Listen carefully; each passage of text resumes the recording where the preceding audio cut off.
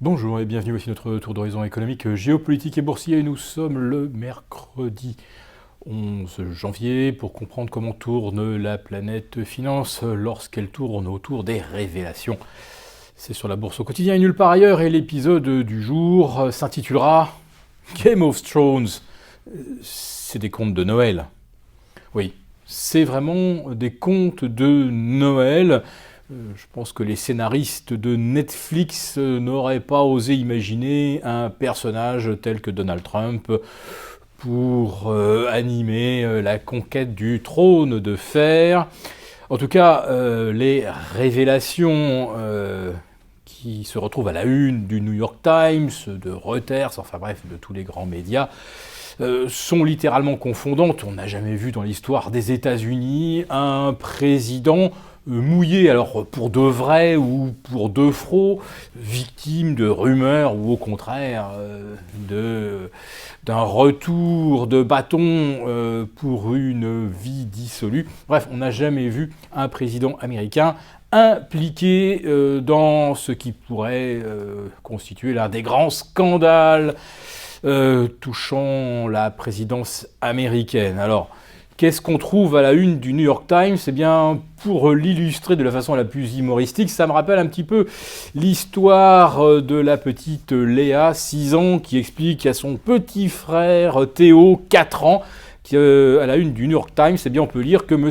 Trump se serait payé et aurait organisé un bip bip, bip bip, avec des bip dans un palace moscovite. Et le petit Théo, 4 ans, de demander à sa sœur c'est quoi moscovite ? Est-ce que M. Trump pourra prêter serment le 20 janvier ? En vérité, on ne sait pas très bien quelle proportion pourrait prendre le scandale s'il est bien avéré que les services secrets russes disposent de moyens de pression sur Donald Trump, et plus encore s'il est avéré que M. Donald Trump coopère d'une certaine façon et depuis assez longtemps avec Moscou, c'est-à-dire en fait avec Vladimir Poutine, puisqu'il est au pouvoir, lui, depuis l'an 2000.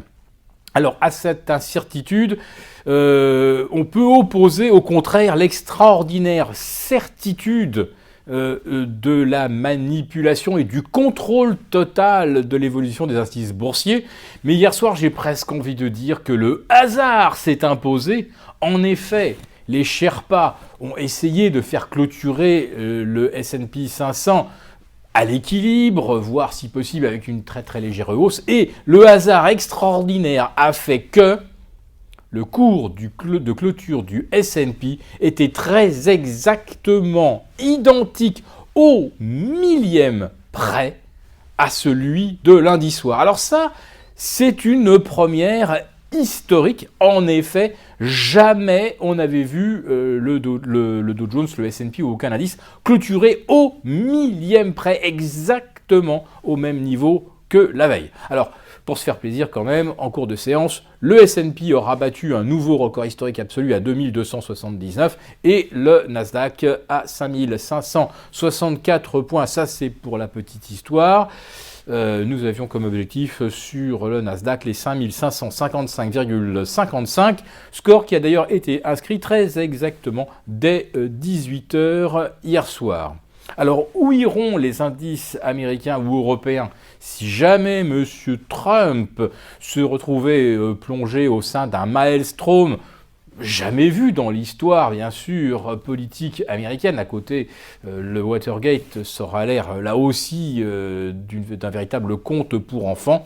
Donc, le marché devient extrêmement incertain, ce que le VIX, hier soir, a salué en s'enfonçant à nouveau sous les 11,5 pour retracer pratiquement son plancher historique. Donc vous voyez bien d'un côté la manipulation des indices et du VIX et de l'autre côté une actualité politique, géopolitique littéralement explosive. Oui, on a poussé tout au paroxysme de l'absurdité et de l'obscénité. Qu'en ressortira-t-il?